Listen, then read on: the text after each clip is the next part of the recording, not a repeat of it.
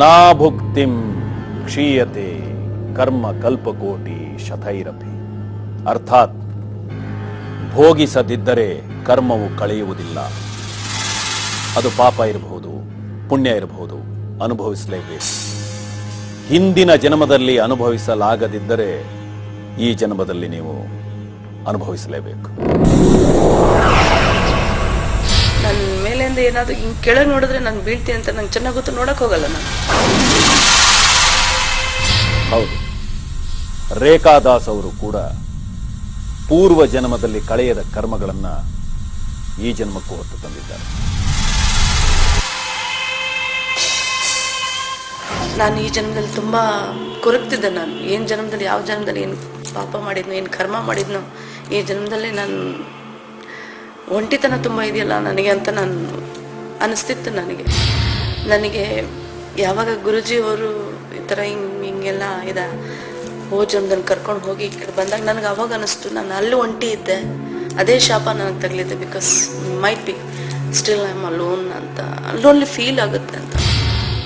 But still I feel alone, I feel lonely. ಇಂದು cinema ಕಲಾವಿದೆಯಾಗಿ ಹೆಸರು ಮಾಡಿದ ರೇಖಾ ದಾಸ್ ಪೂರ್ವ ಜನ್ಮದಲ್ಲಿ ಋಷಿಯ ಮಗಳಾಗುತ್ತಾರೆ. ಕಾಕತಾಳೀಯ ನೋಡಿ, ಅವರು ಮೊದಲ ಬಾರಿಗೆ ಅಭಿನಯಿಸಿದ ಪಾತ್ರ ಕೂಡ ಅದೇ ರೀತಿ.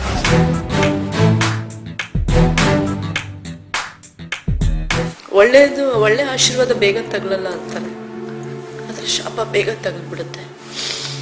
ಅಟ್ಲೀಸ್ಟ್ ನಾವು ಈ ಜನ್ಮದಲ್ಲಿ ಇದ್ದೀವಿ, ಒಳ್ಳೇದು ಮಾಡಬೇಕು, ಪೂಜೆ ಪುನಸ್ಕಾರ, ದೇವರ ಭಕ್ತಿ ಮಾಡಬೇಕು, ಕೆಟ್ಟತನ ಬಿಡಬೇಕು. ಒಬ್ಬರಿಂದ ನಾವು ಶಾಪಗಳು ಖಂಡಿತ ತಗೋಬಾರದು. ಅಥವಾ ನನಗೆ ಇವ್ನು ಹಿಂಗೆ ಮಾಡ್ಬಿಟ್ಟ, ಅಥವಾ ಇವಳು ನನಗೆ ಹಿಂಗೆ ಮಾಡ್ಬಿಟ್ಲು, ನೀನು ಹಾಳಾಗೋಗ್ಬಿಡ್ಬೇಕು, ನೀನು ಹಿಂಗಾಗ್ಬಿಡ್ಬೇಕು, ಆ ರೀತಿ ಶಾಪ ಯಾವತ್ತು ತಗೋಬಾರ್ದು. ಯಾಕಂದ್ರೆ ಅದು ಬೇಗ ಅನ್ವಯಿಸ್ಬಿಡುತ್ತೆ, ನಮ್ಗೆ ಎಫೆಕ್ಟ್ ಆಗುತ್ತೆ. ರೇಖಾ ದಾಸ್ ಅವರಿಗೆ ಈ ಜನ್ಮದಲ್ಲಿ ಕಾಡ್ತಿರೋ ಶಾಪ ಯಾವುದು? ಅವರ ಖಿನ್ನತೆಗೆ ಕಾರಣ ಏನು? ರೇಖಾ ದಾಸ್ ಅವರ ಇಂದಿನ ಬದುಕಿಗೆ ಸಂಬಂಧಪಟ್ಟ ಘಟನೆಗಳು, ಹಿಂದಿನ ಜನ್ಮದಲ್ಲಿ ಏನೆಲ್ಲ ನಡೆದಿವೆ, ಶ್ರೀ ಶ್ರೀ ರಾಮಚಂದ್ರ ಗುರೂಜಿಯವರು ಕಾಲನೌಕೆಯನ್ನ ಎಲ್ಲಿ ಇಳಿಸ್ತಾರೆ ನೋಡೋಣ. ರೇಖಾ ದಾಸ್ ಹಿಂದಿನ ಜನ್ಮ ಋಷಿ ಮುನಿಗಳ ಕಾಲದಲ್ಲಿ. ಇವರು ಹುಟ್ಟಿದ್ದು ಋಷಿಯ ಮಗಳಾಗಿ. ಕಾಡು, ನದಿ, ಆಶ್ರಮಗಳ ಪರಿಸರವನ್ನು ರೇಖಾ ದಾಸ್ ಒಂದೊಂದಾಗಿ ಕಣ್ಮುಂದೆ ತಂದ್ಕೋತಾರೆ. ನನಗೆ 6 ವರ್ಷ.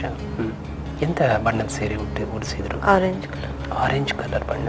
ಗುಡ್. ಆ ಬದುಕಲ್ಲಿ ನೀವು ಕಲಿತ ದೊಡ್ಡ ಪಾಠವೇನು, ನಿಮ್ಮ ಅನುಭವವೇನು, ಎಷ್ಟು ಮಧುರವಾದ ಅನುಭವಗಳಾಯಿತು, ಅದನ್ನೆಲ್ಲ ಹೇಳಿ. ತುಂಬ ಖುಷಿಯಿಂದ ಕಲಿತಿದ್ದು. ಮಕ್ಕಳ ಜೊತೆ ತುಂಬ ಆಟ ಆಡ್ತಿದ್ದೆ ನಾನು. ಅಪ್ಪ ಬೇರೆ ಯಾರಿಗೋ ಪ್ರಾಮಿಸ್ ಮಾಡಿದ್ರು. ಏನಂತ? ನನ್ನನ್ನು ಕೊಟ್ಟು ಮದುವೆ ಮಾಡಿಸ್ತಾರೆ ಅಂತ. ನಾನು ದೊಡ್ಡವಳಾದ್ಮೇಲೆ ನನಗೊಂದು ಋಷಿ ಜೊತೆನೆ ಮದುವೆ ಮಾಡಿಸ್ತಾರೆ. ನಿಮ್ಗೆ ಇಷ್ಟ ಆಯ್ತು ಅದು ಮದುವೆ? ಇಷ್ಟ ಆಗಲಿಲ್ಲ. ಏನಾಯ್ತು? ಹೇಗೆ ಮುಂದುವರಿತು ನಿಮ್ಮ ಸಾಂಸಾರಿಕ ಜೀವನ? ಮಕ್ಕಳಾಯ್ತಾ ಬದುಕಿನಲ್ಲಿ? ಮಕ್ಕಳಿಲ್ಲ. ಮಕ್ಕಳಾಗ್ಲಿಲ್ವಾ? ಇಲ್ಲ. ನೀವು ಬೇರೆ ಮನೆ ಮಾಡಿದ್ರ ತಂದೆ ತಾಯಿನ ತೊರೆದು? ಎಲ್ಲಿ? ಅದೇ ಕಾಡಲ್ಲ? ಅದೇ ಕಾಡಲ್ಲೇ, ಬೇರೆ ಕಡೆ. ಹೇಗೆ ದಿನನಿತ್ಯದ ಜೀವನ ಹೇಗಿತ್ತು? ನಾನು ಹೂವು ಕಿತ್ಕೋತಿದ್ದೆ ದಿನ ಅವ್ರ ಪೂಜೆಗೋಸ್ಕರ. ಹೂವು ಕಿತ್ಕೊಂಡು ಬರೋದು. ಜೀವನ ರಥ. ದೇವರ ಪೂಜೆ ಮಾಡ್ತಾ ಇದ್ದೆ, ಆದ್ರೆ ಏನೇನೋ ಕಲ್ಪನೆ ಮಾಡ್ತಾ ಇದ್ದೆ. ನನ್ಗೆ ಆ ರೀತಿ ಇರೋದಕ್ಕೆ ಇಷ್ಟ ಆಗ್ತಿರ್ಲಿಲ್ಲ. ಯಾಕೆ? ಏನು ಒಂಟಿತನ ಅನಿಸ್ತಿತ್ತು. ಹಕ್ಕಿಯ ಹಾರೋ ಮನಸ್ಸಿಗೆ ಕಾಲಮಾನ ಯಾವುದಾದರೇನು? ಸರಳ ಜೀವನ, ಏರಿಳಿತ ಇಲ್ಲದ ಬದುಕು ರೇಖಾ ದಾಸ್ಗೆ ಬೇಸರ ತರಿಸಿತ್ತು. ಮದುವೆಯಾದ ಮೇಲಂತೂ ಒಂಟಿತನ ಇನ್ನಷ್ಟು ಜಾಸ್ತಿ ಆಯಿತು. ಕಾರಣ ಅದು ಇಷ್ಟವಿಲ್ಲದ ಮದುವೆ. ಗಂಡನಿಗೂ ವಯಸ್ಸಾಗಿತ್ತು. ಗಂಡ ವಯಸ್ಸಾಗಿತ್ತು ಗಂಡನಿಗೆ. ನನಗಿಂತ ತುಂಬ ದೊಡ್ಡವರಿದ್ದರು. ಹೌದಾ? ವಯಸ್ಸಿನಲ್ಲಿ ನಿಮಗೆ ಇನ್ನೂ ಅವ್ರಿಗೂ ನಿಮಗೂ ವಯಸ್ಸಿನಲ್ಲಿ ಅಂತರ ಇದೆ? ತುಂಬ ವ್ಯತ್ಯಾಸ ಇತ್ತು. ಸುಮಾರು ಒಂದು 15 ವರ್ಷ, 15-20 ವರ್ಷ. ಯಾಕೆ ನಿಮ್ಮ ತಂದೆಯವರು ಸ್ವಾಮೀಜಿಯವರು ಎಷ್ಟು ಅಂತರದ ವಯಸ್ಸಿನ ಅವನಿಗೆ ಕೊಟ್ಟು ನಿಮ್ಮನ್ನು, ನಿಮ್ಮ ತುಂಬ ರೂಪವಂತರಿದ್ದೀರಿ, ಬುದ್ಧಿವಂತರಿದ್ದೀರಿ, ಚುರುಕಿದ್ರಿ ಅಂಥವರನ್ನು? ಅವರಿಬ್ಬರಲ್ಲಿ ಜಗಳ ಆಗ್ತಿತ್ತು. ಯಾರು? ತಂದೆ ಮತ್ತು ಗಂಡನ ಇದು. ಯಾಕೆ ಜಗಳ ಆಯಿತು? ಆಗ ಅವರು ನಾನು ಕೊಟ್ಟು ಮದುವೆ ಮಾಡ್ತೀನಿ ಅಂದಿದ್ದಕ್ಕೆ ಹಾಂ, ಆಗ ಅವ್ರು ಸುಮ್ಮನಾದ್ರು. ಜಗಳಕ್ಕಾಗಿ ಒಂದು ಕಾಂಪ್ರಮೈಸ್ಗಾಗಿ ನಿಮ್ಮನ್ನು ಕೊಟ್ಟಿದ್ದು? ಹೌದು. ಇಷ್ಟಪಟ್ಟು ಕೊಟ್ಟಲಿಲ್ಲ ನಿಮ್ಮ ತಂದೆಯವರು? ಅವ್ರು ಇಷ್ಟಪಟ್ಟು ಕೊಟ್ಟಿಲ್ಲ, ಆದರೆ ಆ ವ್ಯಕ್ತಿ ನನ್ನ ಇಷ್ಟಪಡ್ತಾ ಇದ್ದ. ಆ ವ್ಯಕ್ತಿ ನಿಮ್ಮನ್ನು ಇಷ್ಟಪಟ್ಟರು, ನೀವೇನು ಇಷ್ಟಪಟ್ಟಿರಲಿಲ್ಲ ಅವನ್ನ? ಇಲ್ಲ. ಆದರೆ ತಂದೆಯ ಮೇಲಿನ ಗೌರವಕ್ಕಾಗಿ ನೀವು ಹೌದು. ಮದುವೆ ಆದ್ರಿ. ಅಪ್ಪ ಅಮ್ಮ ಅಂದರೆ ಇಷ್ಟ. ರೇಖಾ ದಾಸ್ ತಮ್ಮ ಮನೋಪಟಲದಲ್ಲಿ ಕಾಣ್ತಿರೋ ಚಿತ್ರವನ್ನು ತುಂಬ ಸಹಜವಾಗಿ ಹೇಳ್ತಾ ಇದ್ರು. ರೇಖಾ ದಾಸ್ ಅವರ ಪೂರ್ವ ಜನ್ಮದ ಹೆಸರಾದರೂ ಏನು? ನೋಡಿ, ನೀವು ಗಂಡನ್ನ ಯಾವ ಹೆಸರಿಂದ ಸಂಬೋಧಿಸ್ತಾ ಇದ್ರಿ? ಅವರ ಹೆಸರನ್ನೇನು ಮಾಡ್ಕೊಂಡು ಹೇಳಿ. ಜನ ಅವ್ರನ್ನ ಏನು ಕರಿತಾ ಇದ್ರು? ಆ ಋಷಿ ಹೆಸರು, ನೀವು ಮದುವೆ ಆದಂಥ? ಅಲ್ಲಿ ಎಲ್ಲರ ಬಾಯಲ್ಲಿ ಸ್ವಾಮೀಜಿ ಅಂತಾನೆ ಇತ್ತು.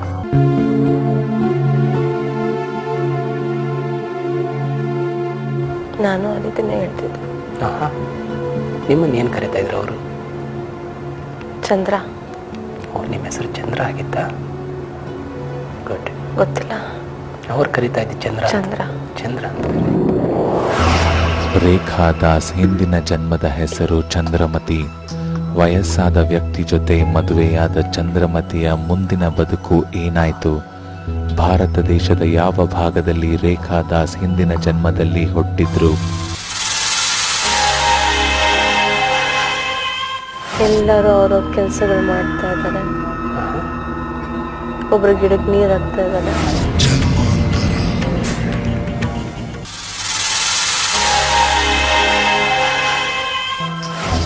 ನಟಿ ರೇಖಾ ದಾಸ್ ಈ ಬದುಕಲ್ಲೂ ಸಾಕಷ್ಟು ನೋವು ನುಂಗಿದವರೇ. ಹಿಂದಿನ ಜನ್ಮದ ಚಂದ್ರಮತಿಯ ಜೀವನವೂ ಅಷ್ಟೇ. ಮದುವೆ ಆಯ್ತಲ್ಲ ನಿಮಗೆ ಕಾಡಿನ ಆ ಒಂದು ಹಳ್ಳಿಯಲ್ಲಿ, ಆ ಮದುವೆಯ ಘಟ್ಟವನ್ನು ಸ್ವಲ್ಪ ವಿವರಣೆ ಮಾಡಿ. ಯಾರ್ಯಾರು ಸೇರಿದ್ದಾರೆ, ಹೇಗಾಗ್ತಾ ಇದೆ, ಯಾವ ಥರ ಶಾಸ್ತ್ರೋಕ್ತವಾಗಿ ಆಗ್ತಾ ಇದೆ? ನನ್ನ ಮದುವೆನ? ಹಾಂ, ಎಸ್. ನನ್ನ ಮದುವೆಯಲ್ಲಿ ದೊಡ್ಡ ಹೋಮ ನಡೀತಾ ಇದೆ. ಓಕೆ. ಸುಮಾರು ಜನ ಋಷಿಗಳಿದ್ದಾರೆ. ಪ್ರದೇಶ ನಿಮಗೆ ನೋಡಿ ಚಿರಪರಿತ ಅನಿಸುತ್ತೆ ಅನ್ನೋದು. ನಮ್ಮ ಕರ್ನಾಟಕದ್ದು ಅಥವಾ ನಮ್ಮ ಇಂಡಿಯಾದ ಯಾವ ಪ್ರಾಂತ್ಯದಲ್ಲಿದೆ ಅಂತ ಅನಿಸ್ತಾ ಇದೆ ನೋಡಿ, ಗಮನಿಸಿ ಹೇಳಿ. ನಮ್ಮ ಬೆಂಗಳೂರಲ್ಲಿಲ್ಲ. ಬೆಂಗಳೂರಲ್ಲಿಲ್ಲ, ಹೌದು. ಈ ಕಾಡು ನಮ್ಮ ದೇಶದಲ್ಲಿ ಯಾವ ಭಾಗದಲ್ಲಿ ಇದ್ದ ಹಾಗಿದೆ ನೋಡಿ. ಒಂದು ಏರಿಯಲ್ ಸರ್ವೆ ಮಾಡಿ ನೋಡಿ, ನೀವು ಯಾವ ಜಾಗದಲ್ಲಿದ್ದೀರಿ, ಯಾವ ರಾಜ್ಯದಲ್ಲಿ ಸೇರಿದೆ ಈ ಪ್ರಾಂತ್ಯ.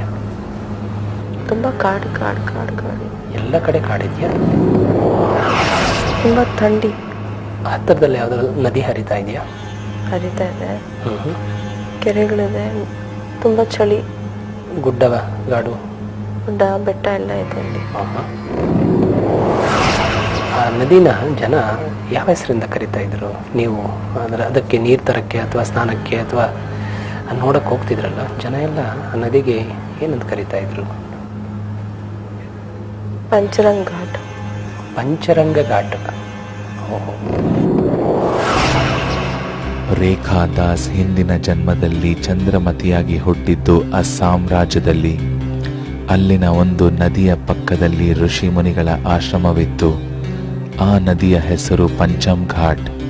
ಈ ಕಾಲದಲ್ಲಿ ಆ ನದಿಯ ಹೆಸರೇನು ಅನ್ನೋದೇ ಕುತೂಹಲದ ಪ್ರಶ್ನೆ.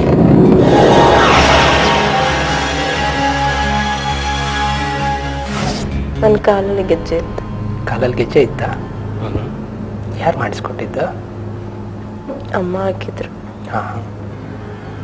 ಇಷ್ಟ ಆಗ್ತಿತ್ತ ನಿಮಗೆ ಗೆಜ್ಜೆ ಹಾಕ್ಕೊಳ್ಳೋದು? ತುಂಬ. ಯಾವತ್ತಾದರೂ ಕುಣಿದಾಡಿದ್ದಿದೆಯಾ ಗೆಜ್ಜೆ ಕಟ್ಕೊಂಡು? ಕುಣಿದಾಡಿದಂಥ ಘಟನೆ ನೆನೆಸ್ಕೊಳ್ಳಿ. ಫಸ್ಟ್ ಟೈಮ್ ಹ್ಯಾಪಿಯಾಗಿ ಡ್ಯಾನ್ಸ್ ಮಾಡಿದ್ದು, ನರ್ತನ ಅಮ್ಮನ ಮುಂದೆ ತೋರಿಸ್ತಾ ಇದ್ದೀನಿ ಡ್ಯಾನ್ಸ್. ಅಮ್ಮ ಕೈ ತಟ್ಟಿ ನನಗೆ ಮುತ್ತು ಕೊಡ್ತಾ ಇದ್ರು. ಯಾಕೆ ನಿಮ್ಗೆ ಡ್ಯಾನ್ಸ್ ಮಾಡಬೇಕು ಅನ್ನಿಸ್ತಾ ಇತ್ತು?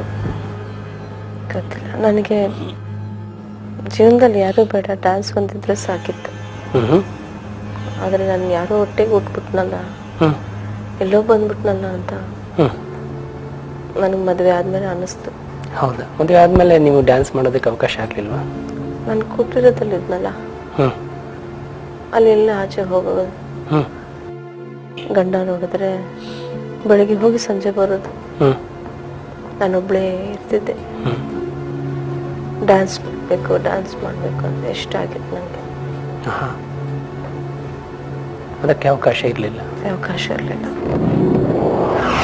ನೀವು ಮಾತಾಡ್ತಿದ್ರಲ್ಲ ಒಬ್ಬರ ಮಧ್ಯೆ ಒಬ್ಬರು, ಯಾವ ಮಾತು ಮಾತಾಡ್ತಿದ್ರಿ?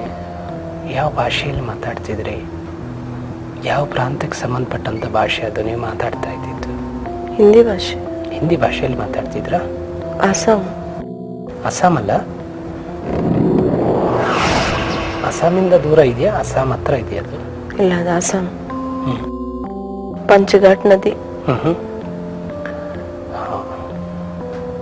ಅಲ್ಲೇ ಬೆಟ್ಟ ಇದೆ, ಅಲ್ಲೋಗಿ ಡ್ಯಾನ್ಸ್ ಮಾಡ್ತಾ ಇದ್ದೆ. ಓಕೆ. ನನ್ನೆಲ್ಲ ಹುಚ್ಚರು ಅಂತಿದ್ರು. ಯಾಕೆ? ಒಬ್ಬೊಬ್ಬಳೆ ಹುಚ್ಚು ಥರ ಕುಣಿತಿದ್ದೆ, ಡ್ಯಾನ್ಸ್ ಆಡ್ತಿದ್ದೆ. ಇನ್ನು ಇವಳಲ್ಲಿ ಇದಿದೆ, ಹುಡುಗಾಟ ಇದೆ, ಒಂದು ಸಂಸಾರ ಸರಿಯಾಗಿ ಮಾಡೋದಿಲ್ಲ, ಮನೆ ಗಂಡ ಅನ್ನೋದು ಜ್ಞಾನ ಇಲ್ಲ ಅಂತ ಎಲ್ಲ ಹೆಂಗಸರು ಬೈತಿದ್ರು. ಸುಪ್ತ ಮನಸ್ಸು ಅದೆಷ್ಟೋ ಜನ್ಮಗಳ ಭಂಡಾರ. ಆ ನೆನಪುಗಳನ್ನು ಮರುಸ್ಮರಣೆ ಮಾಡೋದು ಅಷ್ಟು ಸುಲಭ ಅಲ್ಲ. ಆದರೆ ಯೋಗ ನಿದ್ದೆಯಲ್ಲಿ ಎಂಥ ಅದ್ಭುತ ನಡೆಯುತ್ತೆ ನೋಡಿ.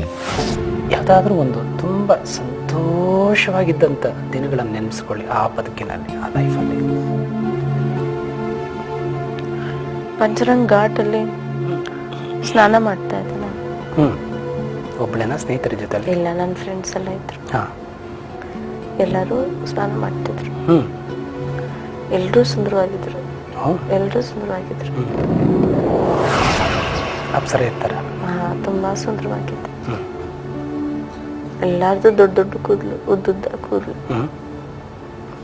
ನಾವೆಲ್ಲ ಅವಾಗ ಮಾತಾಡ್ಕೋತಿದ್ವಿ, ನಮ್ಮ ಗಂಡ ನಾವು ಮದುವೆ ಆಗೋರು ಹೀಗಿರ್ಬೇಕು, ನಾವು ಮದುವೆ ಆದವನೇ ಹೀಗಿರ್ಬೇಕು, ಈ ಥರ ಋಷಿಗಳನ್ನ ಮದುವೆ ಆಗಬಾರ್ದು, ನಮ್ಮ ಜೀವನ ಈ ಥರ ಆಗಬಾರ್ದು, ನಮ್ಮ ತಾಯಂದಿರ್ತಾರೆ ಅಂತ ಮಾತಾಡ್ಕೊಂಡು ನಗ್ತಿದ್ವಿ.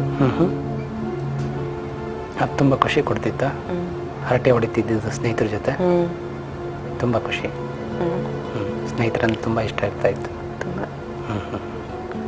ಸೊ ಡ್ಯಾನ್ಸ್ ಅಂದರೆ ತುಂಬ ಇಷ್ಟ ಆಯ್ತು. ನಾವೆಲ್ಲ ಅಲ್ಲಿ ಸೇರಿ ಡ್ಯಾನ್ಸ್ ಆಡ್ತಿದ್ವಿ, ಹಾಡು ಹೇಳ್ತಾ ಇದ್ವಿ, ಡ್ಯಾನ್ಸ್ ಆಡ್ತಿದ್ವಿ.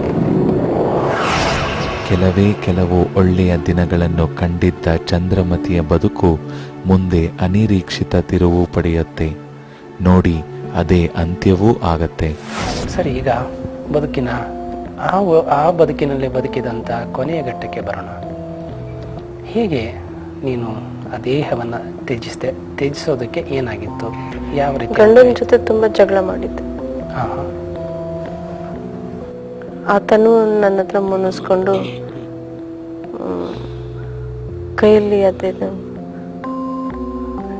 ಋಷಿಗಳು ಇಟ್ಕೋತಾರಲ್ಲ, ಕಮಂಡಲ ದಂಡ ಇಟ್ಕೊಂಡು ನನಗೆ ಏನೋ ಶಾಪ ಕೊಟ್ಟು ಹೊರಟೋದ್ರು.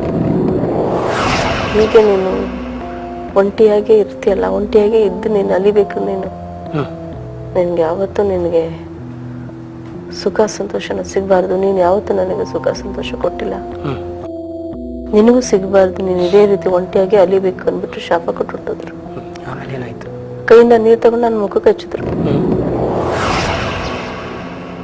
ನಾನು ಅಲ್ಲಿಂದ ಬೆಟ್ಟಿಗೆ ಓಡ್ ಬಂದೆ.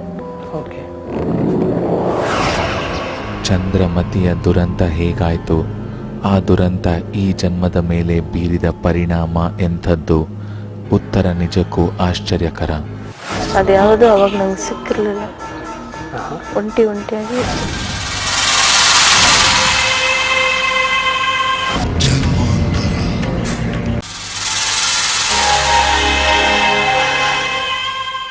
ಒಂಟಿತನದ ನರಳಾಟ ಜನ್ಮಕ್ಕೂ ಸಿಗಲಿ ಅಂತ ಶಾಪ ಕೊಟ್ಟ ಗಂಡನ ಮಾತಿಗೆ ಹೆದರಿದ ಚಂದ್ರಮತಿ ಬೆಟ್ಟದ ತುದಿಗೆ ಬಂದು ಹುಚ್ಚಿಯ ಹಾಗೆ ಕುಣಿಯೋದಕ್ಕೆ ಶುರು ಮಾಡ್ತಾಳೆ. ಒಬ್ಳೆ ಕುಣಿತಾ ಇದ್ದೆ, ಒಬ್ಳೆ ಕುಣಿತಾ ಅಲ್ಲಿಂದ ಒಂದು ಕಡೆ ಬಿದ್ದೆ, ಬೆಟ್ಟದಿಂದ ಹಾರಿ ಬೆಟ್ಟದಿಂದ ಬಿದ್ದೆ. ನನಗೆ ಗೊತ್ತಿಲ್ಲ, ನಾನು ಬಿದ್ದಿದ್ದು ಗೊತ್ತಿಲ್ಲ, ತಿರುಗ್ತಿದ್ದೆ ನಾನು. ಯಾರು ತಳ್ಳಿಲ್ಲ, ನಾನೇ ಬಹುಶಃ ತಿರುಗಿ ತಿರುಗಿ ತುದಿಗೆ ಬಂದಿದ್ದೆ, ಬಿದ್ದೆ, ಕೆಳಗೆ ಬಿದ್ದೆ, ತುಂಬಾ ಕೆಳಗೆ ಬಿದ್ದೆ. ಆಳವಾಗಿತ್ತು ಅದು ಪ್ರಪಾತನ. ನಂಗೆ ದೇವ್ರ ದರ್ಶನ ಆಯ್ತು. ಬಿದ್ದಾಗ ಯಾವ ಥರ ಆಯ್ತು? ಸತ್ತಾಗ ಚಂದ್ರಮತಿ ಸತ್ತಿದ್ದು ಎತ್ತರವಾದ ಬೆಟ್ಟದಿಂದ ಬಿದ್ದು, ಹಾಗಾಗಿ ಎತ್ತರದ ಭಯ ಸುಪ್ತ ಮನಸ್ಸಿನಲ್ಲಿ ಶಾಶ್ವತವಾಗಿ ಕುಳಿತು ಬಿಟ್ಟಿತ್ತು. ಒಂದ್ ಕಾಲಲ್ಲಿ ಗೆಜ್ಜೆ ಇತ್ತು, ಒಂದ್ ಕಾಲಲ್ಲಿ ಇರ್ಲಿಲ್ಲ. ಎಲ್ಲೋಯ್ತು ಗೆಜ್ಜೆ? ಕುಣಿತಿರ್ಬೇಕಾದ್ರೆ ಬಿದ್ದೋಗಿತ್ತು. ಸಾಯ್ಬೇಕಾದ್ರೆ ಒಂದ್ ಕಾಲಲ್ಲಿ ಇತ್ತು, ಒಂದ್ ಕಾಲಲ್ಲಿ ಇರ್ಲಿಲ್ಲ. ನಿಂಗೆ ಎಷ್ಟು ವಯಸ್ಸಾಗಿತ್ತು ಸಾಯುವಾಗ? ಸುಮಾರು 35, 36 ವರ್ಷಕ್ಕೇನೆ ಸತ್ತಿತ್ತು.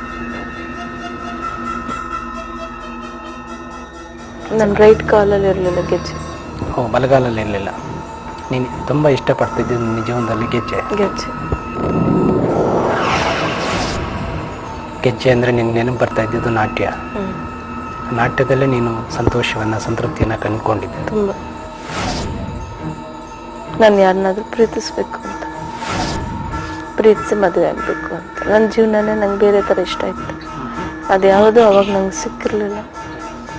ಒಂಟಿಯಾಗಿ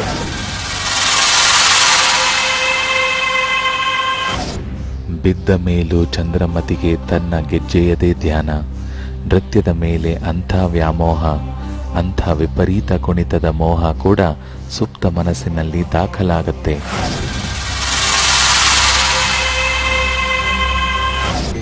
ಕೊನೆಗೂ ಹಿಂದಿನ ಜನ್ಮದ ಚಂದ್ರಮತಿ ದುರಂತ ಸಾವಿಗೀಡಾಗ್ತಾಳೆ. ಗತ ಬದುಕಿನ ದಾಖಲೆಗಳು ಮುಗಿದ ನಂತರ ಗುರುಜಿ ರೇಖಾದಾಸ್ ಅವರ ನೆನಪಿನ ನೌಕೆಯನ್ನು ವಾಸ್ತವಕ್ಕೆ ಕರೆದು ತರ್ತಾರೆ. ಈ ಬದುಕಿನ ಎಲ್ಲ ರಸವತ್ತಾದ, ಸುಂದರವಾದ, ಹಿತವಾದ ಅನುಭವಗಳನ್ನೆಲ್ಲ ಮನಸ್ಸಿನಲ್ಲಿ ತುಂಬಿಕೊಳ್ಳಿ. ಎಷ್ಟಾಗುತ್ತೋ ಅಷ್ಟು ತುಂಬಿಕೊಂಡು ನಿಧಾನವಾಗಿ ಕಾಲನೌಕೆಯನ್ನು ಏರಿ. ನಿಮ್ಮ ಮನಸ್ಸು ನಿಧಾನವಾಗಿ ಕಾಲನೌಕೆಗೆ ಏರಲಿ. ಸೂಕ್ಷ್ಮ ಶರೀರಯಾನ ಕಾಲನೌಕೆಯಲ್ಲಿ ಕಾಲದಲ್ಲಿ ಮುಂದೆ ಹೋಗ್ತಾ ಇದೆ. ಅಲ್ಲಿಂದ ಹೊರಟಂಥ ನೌಕೆ ಖುಷಿಯ ನೆನಪುಗಳನ್ನು ಹೊತ್ತುಕೊಂಡು ಈ ಜನ್ಮಕ್ಕೆ ಬರ್ತಾ ಇದೆ. ಈ ಜನ್ಮಕ್ಕೆ ಬಂದು ಈ ದೇಹದಲ್ಲಿ ಈ ವರ್ತಮಾನದ ನೆನಪುಗಳ ಜೊತೆ ಸಂಯೋಗ ಆಗ್ತಾ ಇದೆ. ಆ ಎಲ್ಲ ಖುಷಿಯ ನೆನಪುಗಳು ಕಸಿ ಆಗ್ತಾ ಇದೆ. ಮನಸ್ಸಿಗೆ ತುಂಬ ಖುಷಿ ಆಗ್ತಾ ಇದೆ. Experience that ecstasy. ಖುಷಿಯನ್ನು ಮುಖದಲ್ಲಿ, ಮೈಯಲ್ಲಿ, ಮನಸ್ಸಿನಲ್ಲಿ ಅನುಭವಿಸಿ. ಕಳೆದ ಆ ನೆನಪುಗಳು, ಮಧುರವಾದ ನೆನಪುಗಳು, ನಿಮ್ಮ ಸ್ನೇಹಿತರು, ನಿಮ್ಮ ಒಂದು ಪ್ಲೆಸೆಂಟ್ ಲೈಫ್, ಎಲ್ಲ ಖುಷಿಯನ್ನು ತುಂಬಿಕೊಂಡು ನೀವೀಗ ನಿಧಾನವಾಗಿ ನನ್ನ ಸೂಚನೆಗಳನ್ನು ಅನುಸರಿಸಿ ಎಚ್ಚರಗೊಳ್ಳುವಿರಿ. ರೇಖಾದಾಸ್ ಅವರು ಒಂದು ದೀರ್ಘ ಯೋಗ ನಿದ್ದೆಯಿಂದ ಹೊರಗೆ ಬರ್ತಾರೆ. ಅವರಿಗಿರುವ ಕಾಲು ನೋವು, ಎತ್ತರದ ಭಯ, ಒಂಟಿತನ, ಖಿನ್ನತೆ ಎಲ್ಲದಕ್ಕೂ ಅವರಿಗೆ ಪೂರ್ವ ಜನ್ಮದಲ್ಲಿ ಉತ್ತರ ಸಿಕ್ಕಿತ್ತು. ಇರ್ಬೋದು. ನನಗೆ ಶಾಪಗಳು ಅಂದರೆ ಯಾಕೋ ತುಂಬ ಭಯ. ನನಗೆ ಸುಮಾರು ಜನ ಶಾಪ ತಗಲಿದೆ. ಏನು ತಗಲಿದೆ ಅಂತ ನಂಗೆ ಗೊತ್ತಿಲ್ಲ. ಶಾಪ ಅಂದರೆ ಹೆದರ್ಕೋತೀನಿ ನಾನು. ಶಾಪ ನಾನು ನಂಬ್ತೀನಿ ಇದೆಲ್ಲ. ಬಿಕಾಸ್ ನನಗೆ ಈಗಲಿಂದ ನಾನು ಚಿಕ್ಕ ಹುಡುಗಿಯಿಂದನೂ ನನಗೆ ಈ ಆತ್ಮಗಳು ಅಂತಾರಲ್ಲ, ಅದು ತುಂಬ ಕಾಟ ಇದೆ ನನಗೆ ಚಿಕ್ಕ ಹುಡುಗಿಯಿಂದನೂ. ನನ್ನ ಚಿಕ್ಕ ವಯಸ್ಸು, ನನಗೆ ಆವಾಗಿಂದನೂ ನನಗೆ ನನ್ನ ಜೊತೆ ಆತ್ಮಗಳು ಬರೋದು, ಮಾತಾಡೋದು, ನನ್ನ ಜೊತೆ ಆಟ ಆಡೋದು, ಇದೆಲ್ಲ ನನಗೆ ಚಿಕ್ಕ ವಯಸ್ಸಿಂದ. ಅದೇನು ಇದೆ ಗೊತ್ತಿಲ್ಲ. ಒಟ್ಟಿನಲ್ಲಿ ನನಗೆ ಯಾರು ಸತಾಯಿಸಲ್ಲ, ನನಗೆ ತೊಂದರೆ ಯಾರು ಕೊಡಲ್ಲ. ನನ್ನ ಜೊತೆ ಆಟ ಆಡ್ತಾರೆ, ನನ್ನ ಜೊತೆ ಇರ್ತಾರೆ, ನನ್ನ ಜೊತೆ ಕೂತ್ಕೊಳ್ಳೋದು ಗೊತ್ತಾಗುತ್ತೆ, ಓಡಾಡೋದು ಗೊತ್ತಾಗುತ್ತೆ, ನನ್ನ ಜೊತೆ ಮಲಗೋದು ಗೊತ್ತಾಗುತ್ತೆ. ಸಮಸ್ಯೆಯ ಮೂಲ ಗೊತ್ತಾದರೆ ಪರಿಹಾರ ಸುಲಭ. ಗುರೂಜಿಯವರ ಮಾರ್ಗದರ್ಶನ ಹೊಸ ಚಿಂತನೆಗೆ ದಾರಿ ಮಾಡಿಕೊಡುತ್ತದೆ. ಪೂರ್ವಜನ್ಮ, ಪುನರ್ಜನ್ಮ ಏನೇ ಇರಲಿ, ಈ ಜನ್ಮದಲ್ಲಾದರೂ ನಾವು ಆತ್ಮಸಾಕ್ಷಿಗೆ ಸರಿಯಾಗಿ ನಡೆಯಬೇಕು ಅನ್ನುವ ಸಂದೇಶವಂತೂ ಇಲ್ಲಿದೆ. ಗಹನ ಕರ್ಮಣೋ ಗತಿ ಅಂದ್ರೆ ಕರ್ಮದ ಗತಿ ಗಹನವಾಗಿದೆ. ವ್ಯಕ್ತಿಯ ಇಂದಿನ ಸ್ಥಿತಿಗತಿಗಳಿಗೆ ಪೂರ್ವಜನ್ಮದ ಕರ್ಮಗಳೇ ಕಾರಣ.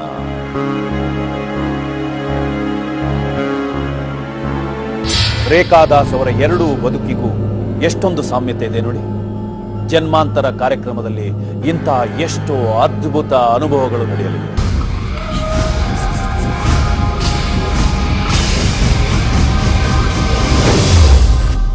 ತಪ್ಪದೆ ನೋಡಿ ಜನ್ಮಾಂತರ. ನಮಸ್ಕಾರ, ಶುಭರಾತ್ರಿ.